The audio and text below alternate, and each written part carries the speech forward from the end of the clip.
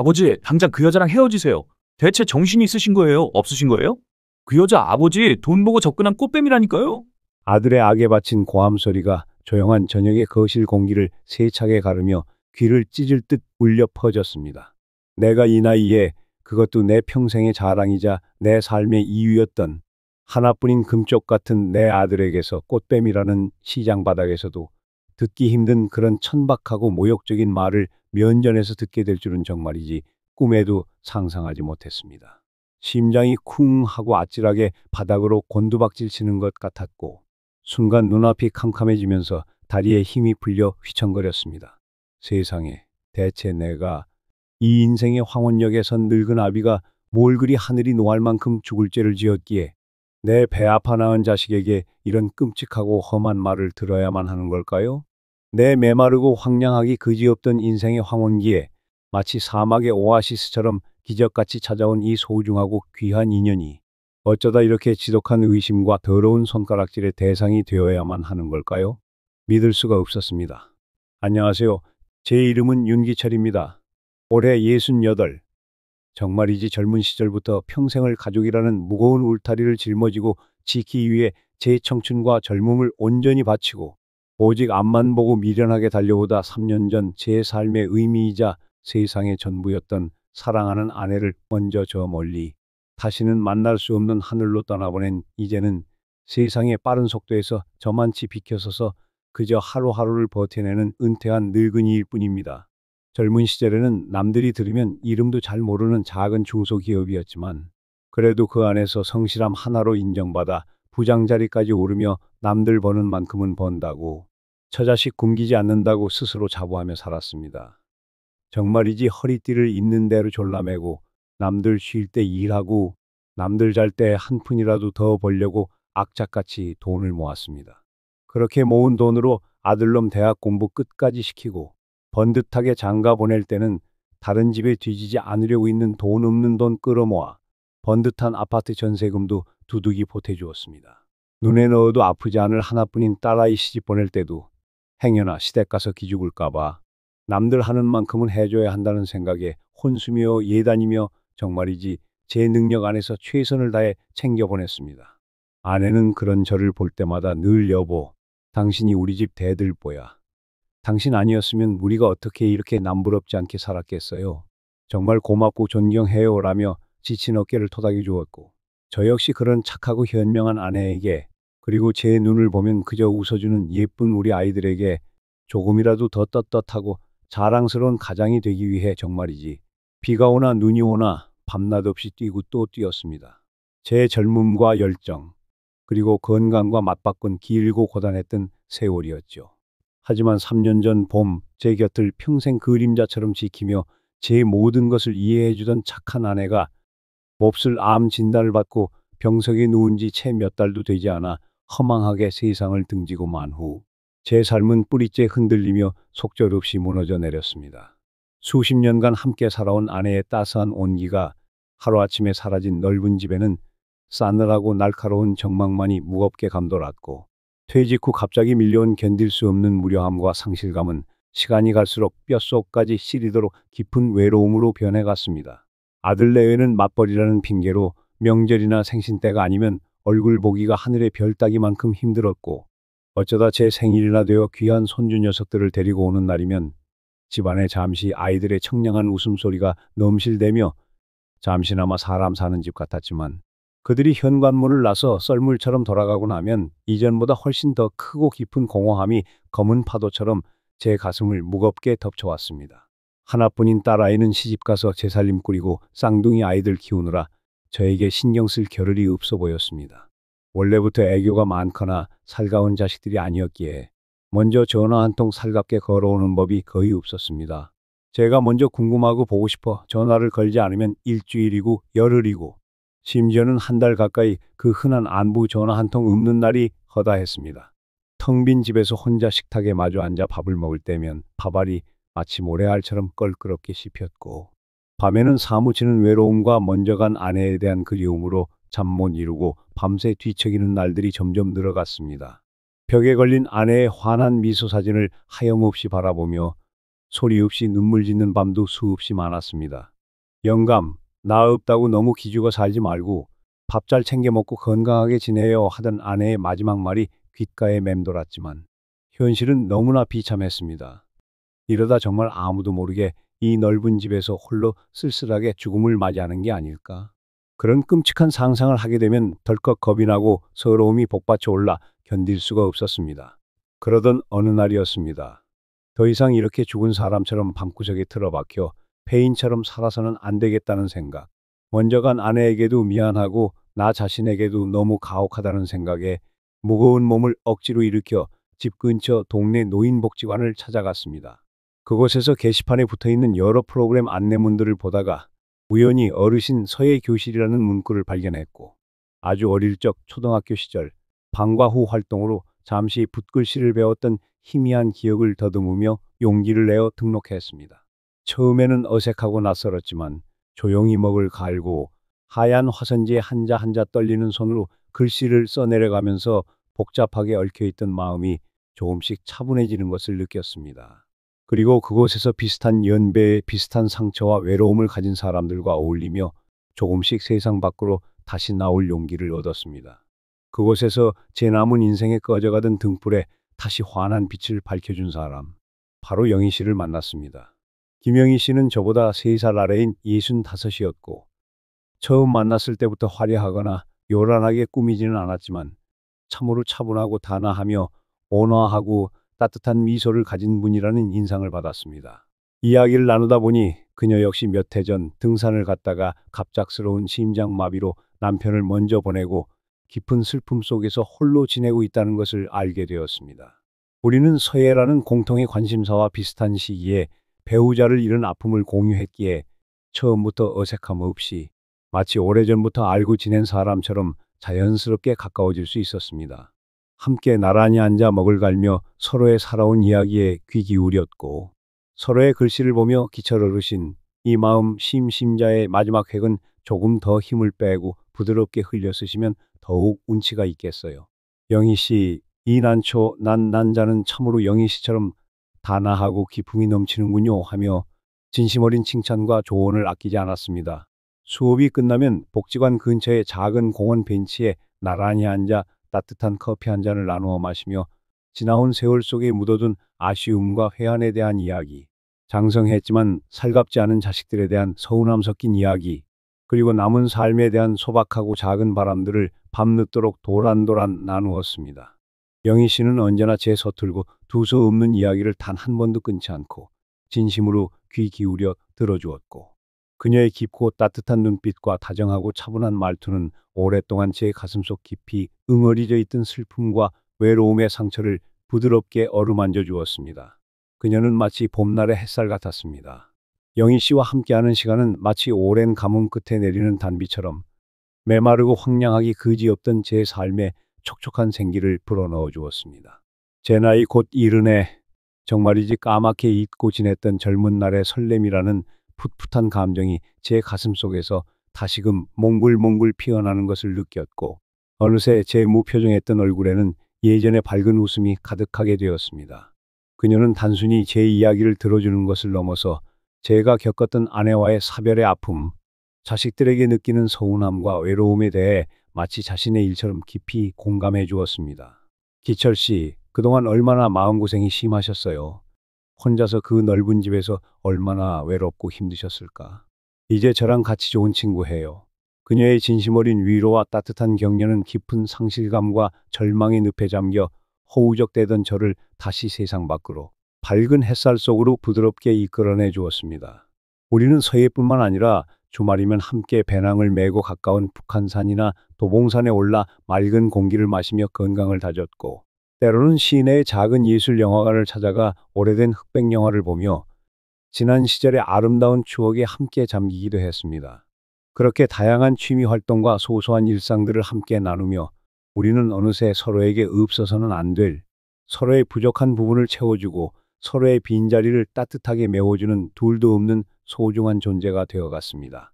영희 씨는 겉모습이 화려하거나 값비싼 물건으로 자신을 치장하는 사치스러운 사람은 아니었지만 정갈하고 소박하면서도 세련된 멋을 아는 사람이었고 무엇보다 그 마음 씀씀이가 마치 넓고 깊은 바다처럼 한없이 깊고 따뜻했습니다.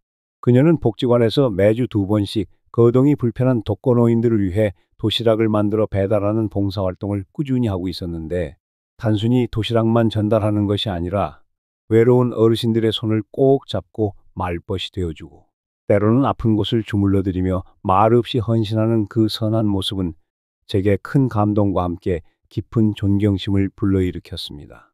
저렇게 곱고 착한 사람이라면 내 남은 인생을 함께 걸어가도 결코 후회하지 않겠다는 확신이 마음속 깊은 곳에서 조용히 피어올랐습니다. 저는 더 이상 영희 씨와의 관계를 단순한 서해 동료나 마음 맞는 친구로만 남겨두고 싶지 않았습니다.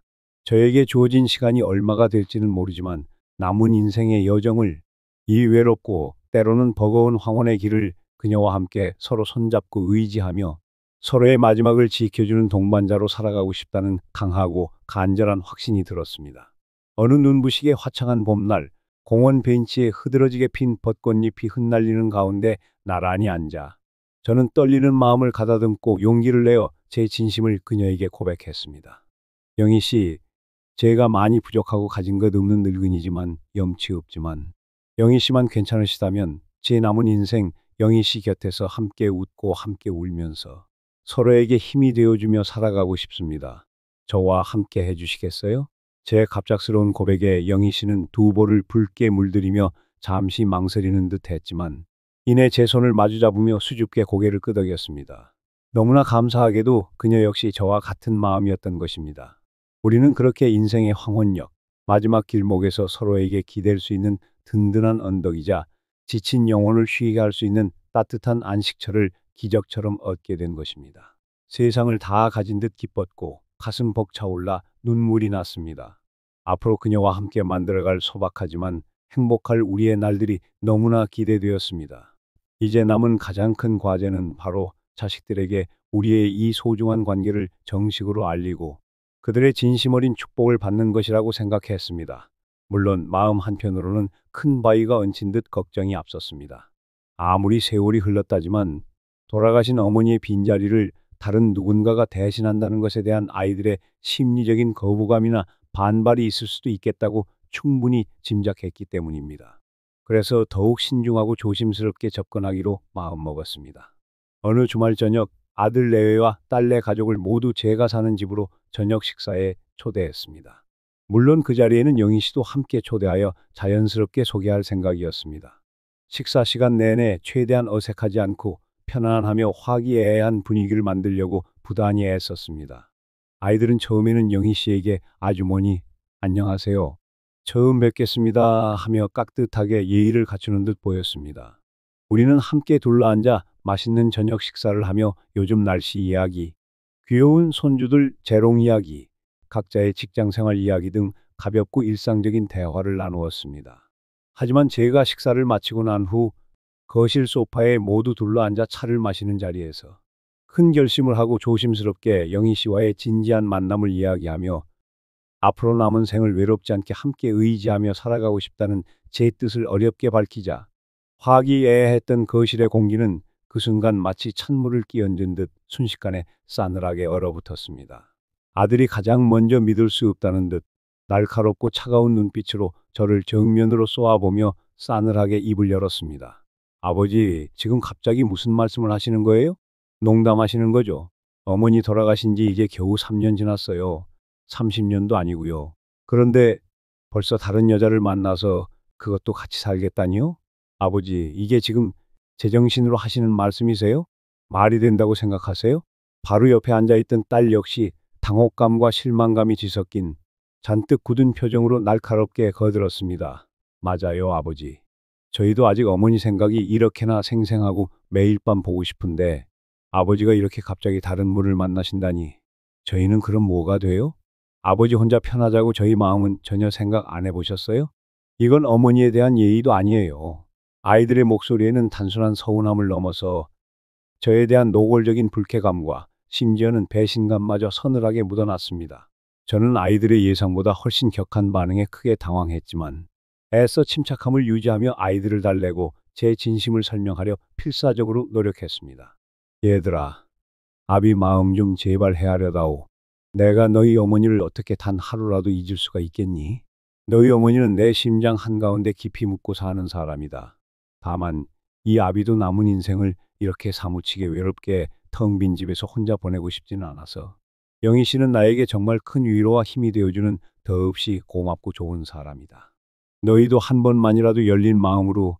하지만 제 간절하고 애끓는 설명은 아이들의 차갑고 굳게 닫힌 마음에 전혀 가닿지 않는 듯 했습니다.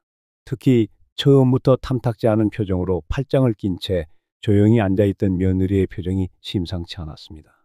그녀는 마치 저를 한심하다는 듯 쳐다보더니 이내 영희 씨를 위아래로 싸늘하게 훑어보며 마치 시장에서 물건값 깎듯 경멸적인 표정으로 비웃듯이 말했습니다.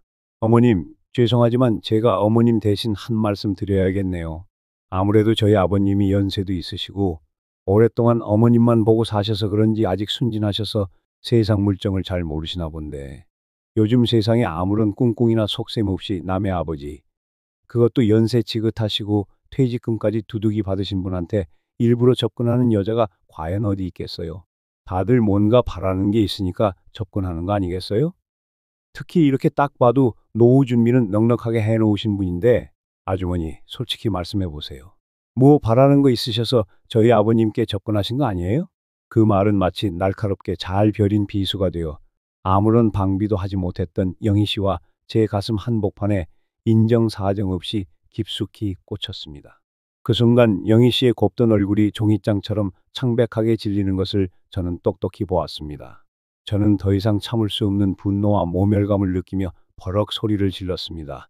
예, 아가, 네가 지금 어른 앞에서 무슨 망발을 그렇게 함부로 하는 거냐? 네 입에서 어찌 그런 천박한 말이 나올 수가 있어. 영희 씨께 당장 무릎 꿇고 사과드리지 못할까? 하지만 제 분노에도 며느리는 눈 하나 깜짝하지 않고 오히려 더 날카롭고 악랄하게 저를 쏘아붙였습니다. 아버님, 제가 뭘 틀린 말을 했나요? 사실을 말씀드린 것뿐인데요. 아버님 퇴직금도 두둑하게 받으셨고 지금 저희 가족이 다 모여있는 이 집도 엄연히 아버님 명의잖아요. 솔직히 저희 자식들 입장에서는 걱정되고 의심되는 건 당연한 거 아니에요? 저 아주머니가 뭘 보고 아버님께 접근했겠어요? 뻔하죠. 돈 아니면 뭐겠어요? 설마 저희 아버지 평생 모은 재산, 그거 홀랑 가로챌 생각으로 접근하신 건 아니겠죠? 아주머니? 대답해 보세요. 재산이라는 단어가 며느리의 입에서 마치 당연하다는 듯 노골적으로 터져나오자 저는 순간 숨이 턱 막히고 할 말을 완전히 잃었습니다. 내 자식들이 내 피를 나눈 하나뿐인 아들과 내가 가족으로 받아들인 며느리가 나를, 그리고 내가 이토록 아끼고 존중하는 영희 씨를 고작 이런 추악하고 탐욕스러운 시선으로밖에 생각하지 못한다는 끔찍한 사실에 깊은 배신감과 함께 참을 수 없는 슬픔, 그리고 인간적인 환멸까지 느꼈습니다. 영희 씨는 더 이상 그 모욕적인 자리에 앉아 있을 수 없다는 듯 떨리는 손으로 눈물을 황급히 훔치고는 조용히 일어나 제게 죄송하다는 듯 고개를 숙이고는 거의 도망치듯 황망히 집을 나섰습니다. 힘없이 휘청거리며 사라지는 그녀의 뒷모습을 보며 제 심장은 마치 날카로운 칼에 베인 듯 갈기갈기 찢어지는 듯한 고통을 느꼈습니다. 그 끔찍했던 저녁 식사 이후 자식들의 반대는 예상했던 것보다 훨씬 더 거세고 집요하며 노골적으로 변했습니다. 아들은 거의 매일같이, 그것도 밤낮을 가리지 않고 전화를 걸어와 당장 영희 씨와 헤어지라고, 그 여자는 사기꾼이라고 윽박질렀습니다. 그의 목소리에는 처음의 서운함이나 저에 대한 걱정보다는 마치 뭔가 다급한 사람처럼 알 수 없는 조바심과 히스테릭한 분노가 가득했습니다. 아버지, 제발 정신 좀 차리세요. 그 여자 만나고 나서부터 저희랑 연락도 잘 안 하시고 맨날 그 여자랑 붙어 다니시고 집에도 잘 안 계시고, 혹시 그 여자가 아버지 꼬드겨서 아버지 재산 조금씩 빼돌리려고 무슨 음흉한 수작이라도 부리고 있는 거 아닙니까? 아버지, 절대 통장이나 집 문서 같은 거 함부로 보여주거나 맡기시면 안 돼요. 아셨죠? 심지어 제가 사는 동네 복지관 근처나 제가 자주 가는 공원까지 불쑥 찾아와 영희 씨와 함께 다정하게 걷고 있는 모습을 보면 일부러 지나가는 사람들이 다 들으라는 듯 큰 소리로 망신을 주듯 고함을 치기도 했습니다. 저 여자 좀 보세요. 우리 아버지한테 딱 붙어서 아주 꿀이라도 빨아먹으려고 하네. 여보시오, 당신 정체가 도대체 뭐야? 우리 순진한 아버지 돈 노리고 접근한 거 우리가 다 아니까. 당장 우리 아버지 앞에서 썩 꺼지시오. 지나가는 동네 사람들이 웅성거리며 저희를 이상한 눈초리로 쳐다보는 통에 얼굴이 시뻘겋게 달아올라 쥐구멍에라도 숨고 싶은 심정이었습니다. 영희 씨에게 너무나 미안해서 고개를 들 수가 없었습니다. 며느리의 패악질은 아들보다 한술 더 떴습니다. 그녀는 제가 없을 때를 노려 영희 씨가 묵묵히 도시락 배달 봉사활동을 하는 복지관 사무실까지 대뜸 쫓아가 온갖 행패를 부렸습니다. 여기서 이렇게 착한 척, 고상한 척 하면서 등잔 밑이 어둡다고 순진한 노인네들 등쳐먹고 다니는 거예요? 당신 같은 여우 같은 것들 때문에 멀쩡한 집안이 풍비박산 나는 거라고. 우리 시아버지한테 지금껏 얼마나 뜯어냈고 앞으로 얼마나 더 뜯어낼 셈인데 당신 같은 꽃뱀은 아주 뿌리를 뽑아야 해. 라며 온갖 입에 담지 못할 막말과 욕설을 퍼부으며 소리를 질러댔고 급기야는 분을 참지 못하고 영희 씨의 머리채를 잡으려고 달려들기까지 했습니다. 다행히 그 자리에 함께 있던 다른 복지사들과 봉사자들의 격렬한 만류로 더 큰 불상사나 폭행으로 번지지는 않았지만 영희 씨는 그 일로 인해 평생 겪어보지 못했던 엄청난 충격과 씻을 수 없는 깊은 모멸감을 받았습니다. 그날 밤 영희 씨는 제게 전화를 걸어 한참을 아무 말 없이 흐느끼기만 하다가 간신히 떨리는 목소리로 말했습니다. 기철 씨, 정말 미안해요. 제가 뭐라고. 저 같은 사람 때문에 기철 씨랑 애지중지 키우신 자제분들 사이에 이렇게 큰 불화가 생기고 서로 원수처럼 지내게 되는 걸 보니 제 마음이 너무 아프고 죄스러워서 견딜 수가 없어요. 어쩌면 우리가 여기서 그만 만나는 게 그게 서로를 위해 맞는 건지도 모르겠어요. 기철 씨, 부디 저 원망하지 마세요. 힘없이 떨리며 끊어질 듯 이어지는 영희 씨의 목소리를 전화기 너머로 들으며 제 가슴은 무겁게 내려앉고 터질 듯 답답했습니다. 자식들의 이토록 그릇되고 이기적이며 폭력적인 행동 때문에 이렇게 선량하고 마음 따뜻한 사람에게 씻을 수 없는 깊은 상처를 주게 된 것이 너무나 미안하고 가슴 아팠고 동시에 제 자식들에 대한 참을 수 없는 분노와 배신감이 온몸의 피를 거꾸로 솟게 만들었습니다. 저는 영희 씨를 단호하고 간절하게 설득했습니다. 영희 씨, 제발 절대 그런 약한 생각하지 말아요. 이건 우리 잘못이 절대 아니에요. 저 철없고 못된 자식들 때문에 우리가 왜 헤어져야 합니까? 그건 말도 안 돼요. 내가 반드시 이 문제 내 손으로 똑바로 해결할 테니 제발 나만 믿고 조금만 더 참고 기다려줘요. 내가 영희 씨 절대 혼자 아프게, 혼자 힘들게 내버려 두지 않을게요. 약속합니다. 저는 그때부터 자식들의 상식 이하의 도를 넘는 행동이 단순히 돌아가신 어머니에 대한 뒤늦은 그리움이나 이 늙은 아버지에 대한 순수한 걱정 때문만은 아닐 것이라는 강한 의심을 품기 시작했습니다. 그들의 비정상적인 집요함과 거의 악의에 가깝게 느껴지는 날선 태도에는 분명 제가 모르는 다른 이유, 다른 속셈이 숨어 있는 것 같다는 불길한 예감이 들었습니다. 특히 대화 중에 그토록 반복적으로 노골적으로 아버지 재산, 퇴직금, 진명의 이야기를 집요하게 꺼내는 것이 계속해서 제 마음에 꺼림칙하게 걸렸습니다.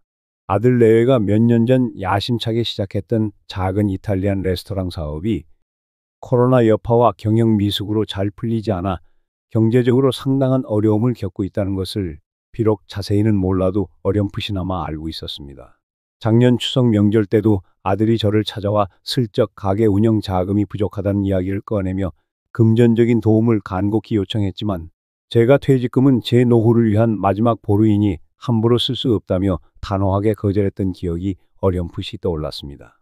혹시 그것과 관련이 있는 것은 아닐까?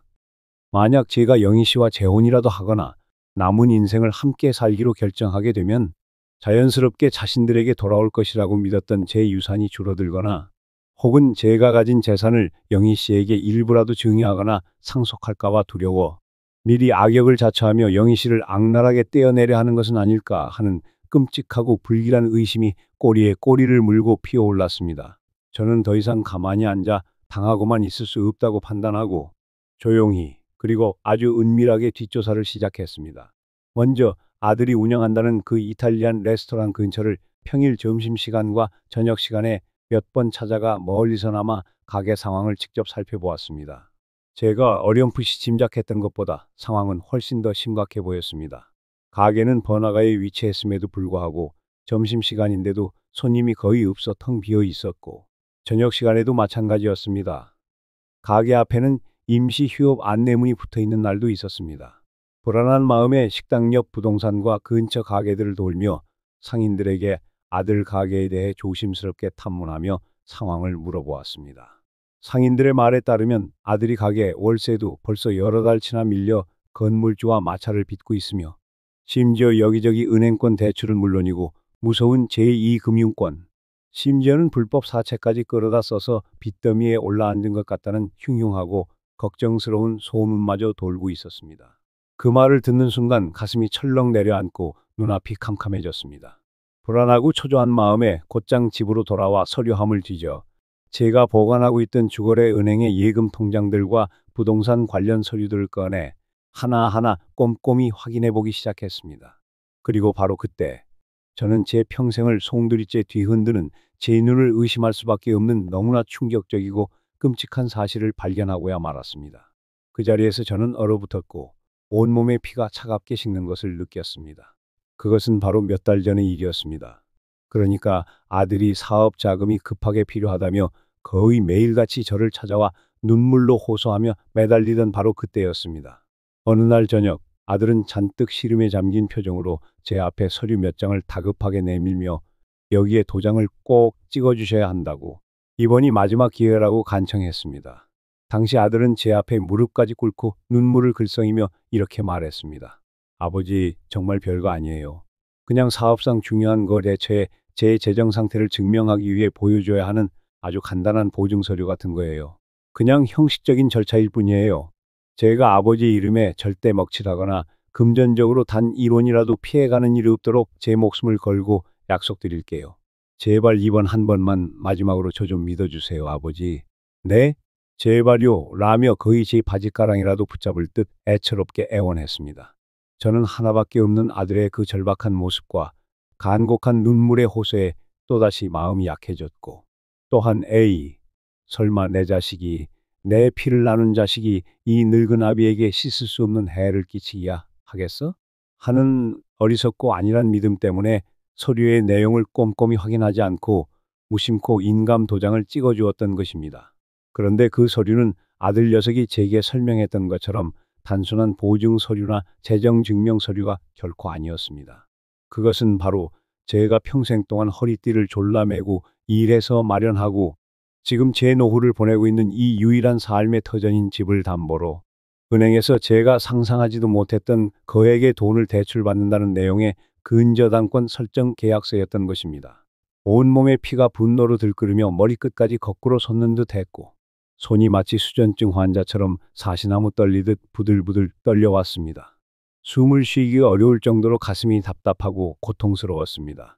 아들이, 제가 세상에서 가장 믿고 사랑했던 내 하나뿐인 아들이 저 몰래 이 늙은 아비를 철저하게 기만하고 감쪽같이 속여서 제 평생의 보금자리이자 마지막 남은 재산인 이 집을 담보로 거액의 대출을 받아 그것도 사업 자금이라는 명목으로 어디에 썼는지도 모르게 흥청망청 탕진하고 있었던 겁니다.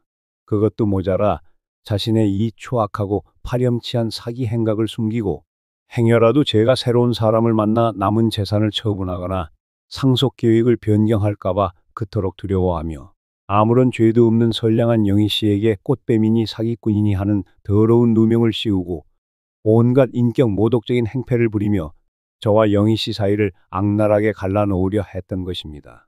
그동안 저를 걱정하는 척, 돌아가신 어머니를 사무치게 그리워하는 척 했던 그 모든 위선적이고 가증스러운 행동들이 결국은 자신들의 끝없는 탐욕스러운 배를 채우기 위한 역겹고 추악하기 짝이 없는 연극이었다는 잔인한 사실을 깨닫자 단순한 배신감을 넘어서 인간적인 깊은 환멸과 함께 참을 수 없는 살이마저 느껴졌습니다. 그동안 아무것도 모른 채 그저 자식이라는 이유만으로 철석같이 믿었던 제 자신이 너무나 한심하고 어리석게 느껴졌습니다. 그리고 영희 씨에게 꽃뱀이니 재산놀이는 여자니 하며 입에 담지 못할 온갖 모욕적인 언사를 퍼붓고 비인간적인 행패를 부렸던 아들과 며느리의 그 파렴치하고 뻔뻔했던 얼굴들이 다시 떠오르자 더 이상 제 안에서 들끓는 분노와 배신감을 참을 수가 없었습니다. 저는 당장 전화기를 집어들어 아들에게 전화를 걸어 평생 처음으로 느껴보는 차갑고 싸늘한 분노가 담긴 떨리는 목소리로 니놈, 지금 당장 이 집으로 튀어와. 네 마누라도 빠짐없이 데리고 라고 거의 고함치듯 소리쳤습니다. 무슨 큰일이라도 난 줄 알고 걱정되어 영문을 몰라 어리둥절해하는 딸 내외에게도 연락해서 지금 당장 오라고 중요한 할 이야기가 있다고 했습니다. 잠시 후 무슨 영문인지도 모른 채 걱정스러운 표정으로 허겁지겁 달려온 아들 내외와 딸 내외, 온 가족이 모인 거실 한복판에 저는 은행에서 방금 떼온 근저당권 설정 계약서 원본과 관련 대출 서류 뭉치들을 그들 면전에 세차게 집어던졌습니다. 이게 뭐냐? 이게 대체 뭐냐고 내가 묻고 있잖냐. 이 짐승만도 못한 천하의 후레자식 놈아. 니놈들이 나한테 평생 너희들만 바라보고 살아온 이 늙은 애비한테 어떻게 이런 짓을, 이런 천인 공노할 짓을 할 수가 있단 말이냐. 아들과 며느리는 바닥에 어지럽게 흩어진 서류들을 보자마자 그 자리에서 얼굴이 새하얗게 질려 마치 죽은 사람처럼 사색이 되었습니다. 딸과 사위 역시 영문을 모르겠다는 당황스러운 표정으로 바닥의 서류들과 제 얼굴, 그리고 오빠 내외의 하얗게 질린 얼굴을 번갈아 쳐다보며 어쩔 줄 몰라 했습니다. 저는 가슴속에서 용암처럼 들끓는 분노와 칼로 베는 듯한 배신감으로 부들부들 떨리는 목소리를 가까스로 가다듬으며 그동안 제 등 뒤에서 벌어졌던 모든 끔찍한 일들을 하나도 빠짐없이 숨김없이 털어놓았습니다.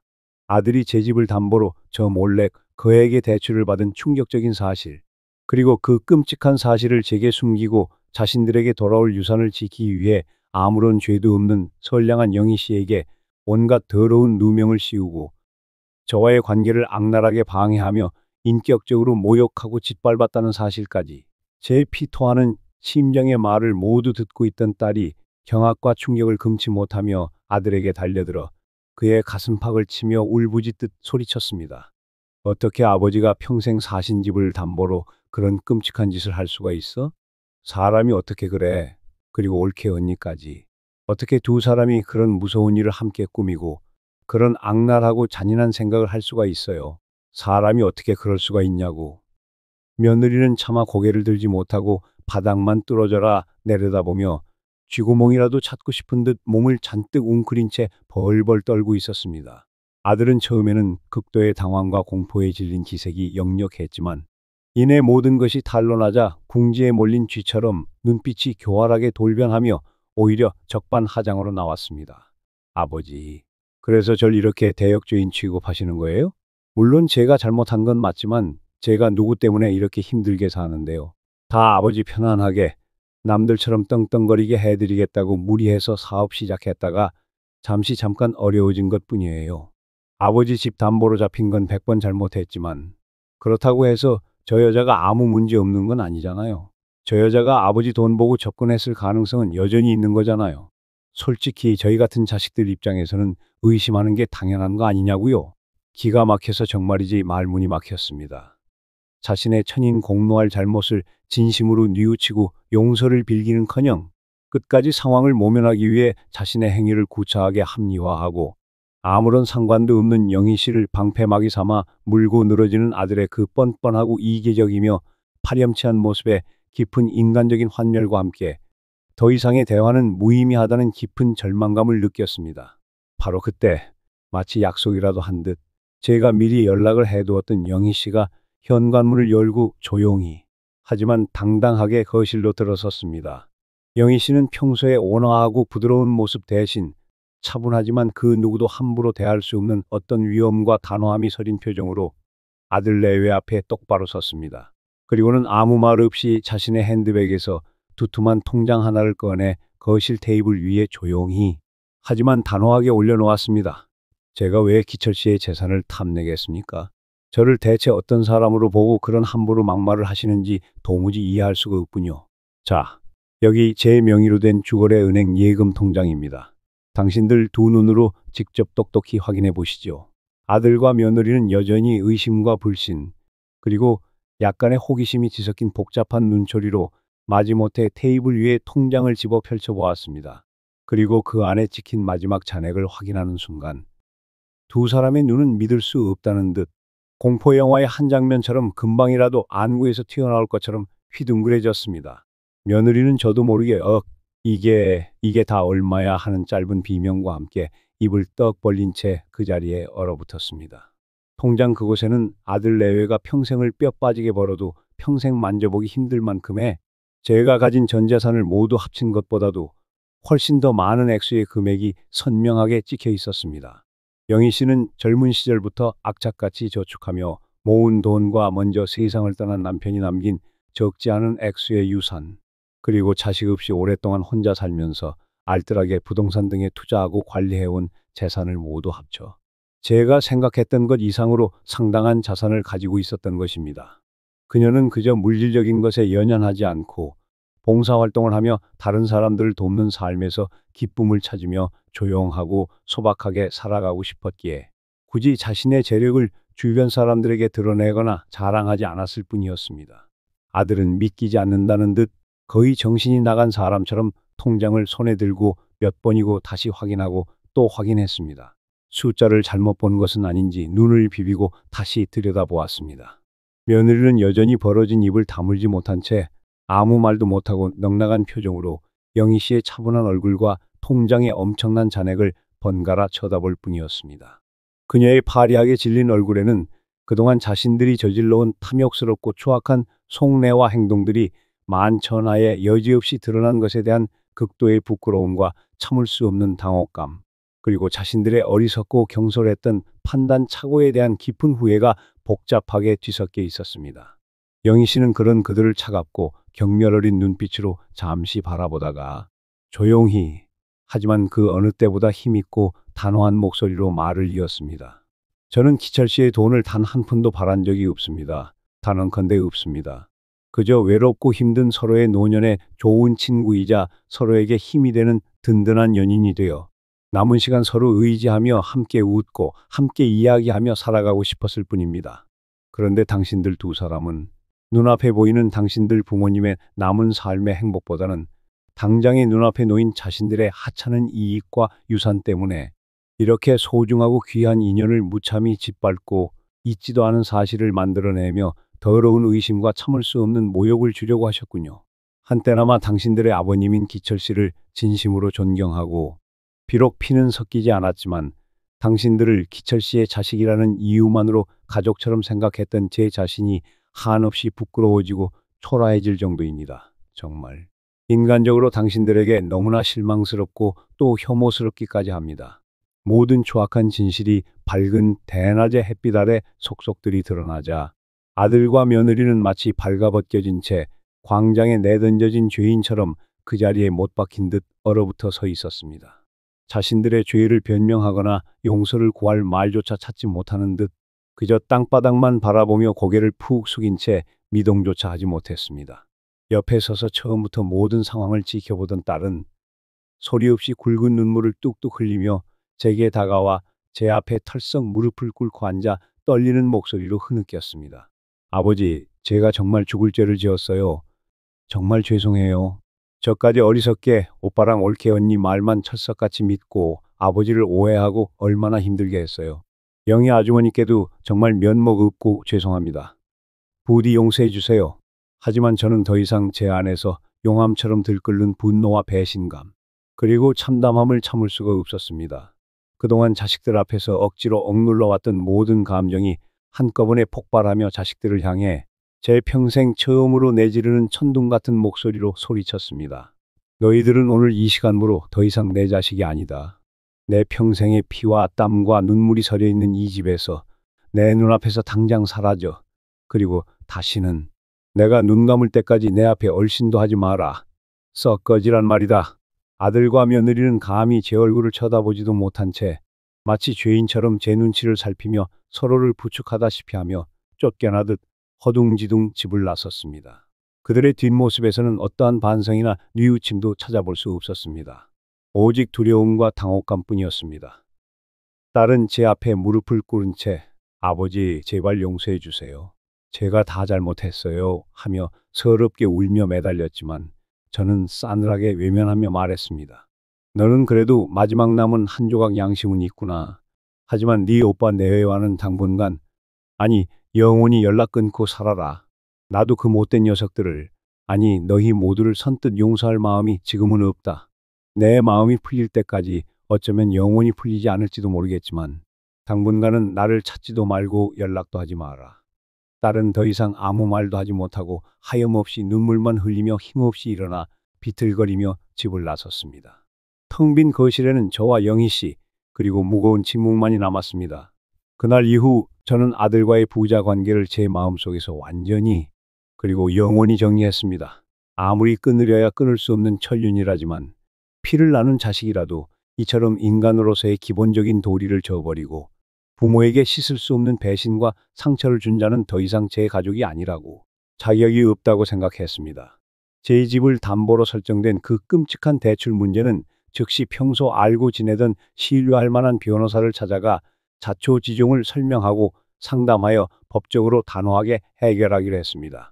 다행히 아들이 제 명확한 동의 없이 그것도 명백하게 저를 속여서 기망하여 진행한 대출이기 때문에 형사상 사기죄 고소는 물론이고 민사상으로도 근저당권 설정 등기 말소 및 무효 확인 소송을 진행하여 제 집을 다시 온전히 되찾을 가능성이 매우 높다는 희망적인 답변을 들을 수 있었습니다. 설령 만에 하나 그 복잡한 법적 다툼 과정에서 제가 도의적인 책임을 일부 져야 하는 불리한 상황이 온다 해도 저는 이 집에 대한 모든 미련을 버리고 즉시 팔아서라도 그 빚과 관련된 모든 지긋지긋한 악연을 깨끗하게 끊어내고 자식들의 어두운 그림자가 더 이상 닿지 않는 조용하고 평화로운 곳으로 영희 씨와 함께 옮겨갈 생각이었습니다. 더 이상 이 추억과 배신이 뒤섞인 집에 남아 자식들과 얽힌 고통스럽고 끔찍한 기억들을 매일같이 되새기며 괴로워하고 싶지 않았습니다. 그 모든 힘들고 고통스러운 과정 속에서 영희 씨는 단 한 번의 흔들림 없이 마치 잔잔한 호수처럼 변함없이 제 곁을 묵묵히 지켜주었습니다. 그녀는 오히려 이번에 함께 큰 폭풍우를 겪으면서 저에 대한 마음이 시험받고 더욱 단단해졌으며 서로에 대한 믿음과 사랑이 더욱 깊어졌다고 말해 주었습니다. 어느 날 저녁 그녀는 제 손을 따뜻하게 잡아주며 말했습니다. 기철 씨, 이제 우리 지나간 힘들고 아팠던 일들은 다 깨끗이 잊고 오롯이 우리 두 사람의 행복과 미래만 생각해요. 앞으로 우리에게 주어진 남은 인생, 서로에게 세상 그 누구보다 좋은 친구이자 서로에게 힘이 되어주는 가장 든든한 동반자가 되어주기로 다시 한번 굳게 약속해요. 제가 기철 씨 곁을 끝까지 지킬게요. 그녀의 진심이 담긴 따뜻하고 변함없는 말과 언제나처럼 그윽하고 온화한 미소는 철석같이 믿었던 자식들에게 잔인하게 핥히어지고 깊게 상처받은 제 마음을 부드럽고 따스하게 어루만져 주었고 다시 한번 살아갈 용기와 희망을 주었습니다. 우리는 예전처럼 다시 함께 동네 복지관의 서예 교실에 나가 나란히 앉아 붓글씨를 쓰고 주말이면 함께 도시락과 따뜻한 차를 준비해서 가까운 북한산 둘레길이나 남한강 변을 찾아가 맑은 공기를 마시며 자연 속에서 마음의 평화와 안식을 찾았습니다. 함께 장을 보고 함께 요리를 하고 함께 TV를 보며 웃고 때로는 함께 지난날의 슬픔을 이야기하며 눈물 짓기도 하면서 그렇게 소소하지만 확실한 행복이 담긴 일상들을 차곡차곡 쌓아가며 서로에게 힘이 되어주고 서로의 빈자리를 온기로 채워주었습니다. 자식들에게 받은 배신과 모멸감으로 인한 깊은 마음의 상처가 하루아침에 쉽게 아물지는 않았지만 언제나 제 곁을 든든하게 지켜주는 영희 씨라는 존재가 있었기에 저는 그 어둡고 고통스러웠던 시간들을 견뎌내고 다시 일어설 수 있었습니다.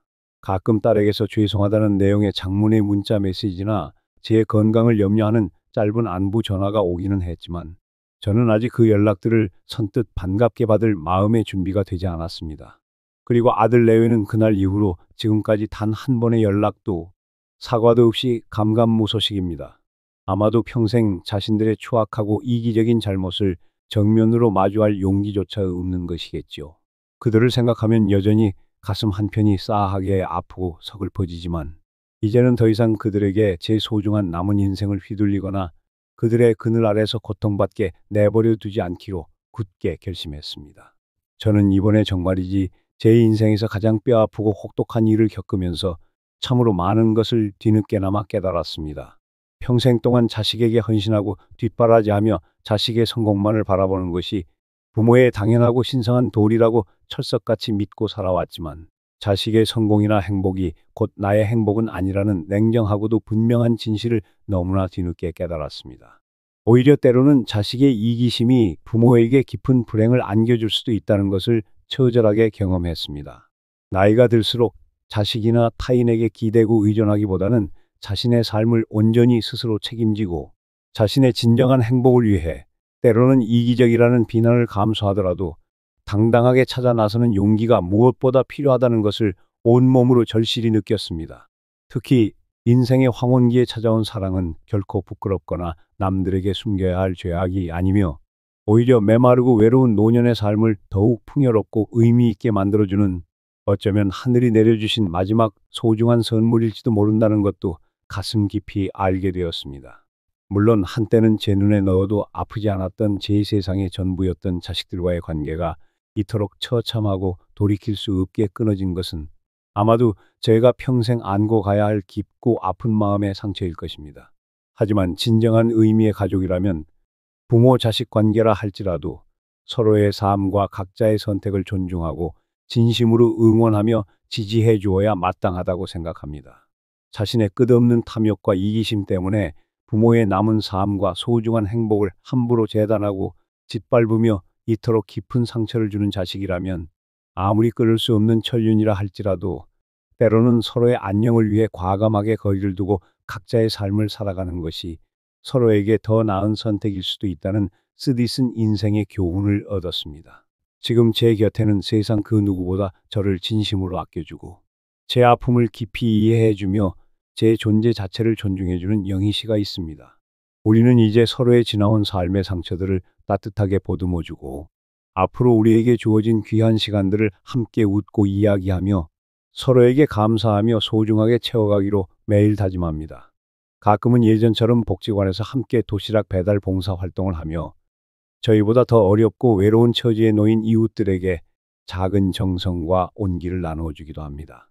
영희 씨와 함께하는 평범하지만 더없이 감사한 시간 속에서 저는 오랫동안 잊고 있었던 진정한 행복의 의미와 삶의 소중한 가치를 다시금 발견하고 있습니다. 혹시 지금 이 순간 저와 비슷한 황혼의 외로움 속에서 힘들어 하시거나 혹은 자식들과의 관계로 인해 깊은 고민과 아픔을 겪고 계신 분들이 있다면 부디 더 이상 망설이지 말고 용기를 내시라고, 더 이상 주저하거나 눈치 보지 마시라고 진심으로 말씀드리고 싶습니다. 자식들의 이기적인 반대나 눈치를 보느라 혹은 주변 사람들의 편견 어린 시선이나 입방아가 두려워 자신의 얼마 남지 않은 소중한 행복을 더 이상 포기하거나 외면하지 마세요. 우리 인생의 황혼기에도 예기치 못한 사랑은 얼마든지 기적처럼 찾아올 수 있고 그 사랑은 우리를 다시 힘차게 살아가게 만드는 크나큰 희망이자 원동력이 될 수 있습니다. 가장 중요한 것은 자신의 마음의 소리에 솔직하게 귀 기울이고 자신의 선택을 굳게 믿고 다른 누구도 아닌 바로 나 자신을 위해 당당하게 앞으로 나아가는 것입니다. 저 역시 앞으로 영희 씨와 함께 만들어갈 소박하지만 따뜻하고 웃음 넘치는 행복한 미래를 설레는 마음으로 기대하며 저에게 주어진 하루하루를 감사하는 마음으로 충실하게 살아가려 합니다. 제 길고 부족했던 이야기가 혹시라도 누군가에게는 작은 위로와 깊은 공감, 그리고 어쩌면 새로운 시작을 위한 희미한 용기라도 될 수 있기를 간절히 바랍니다.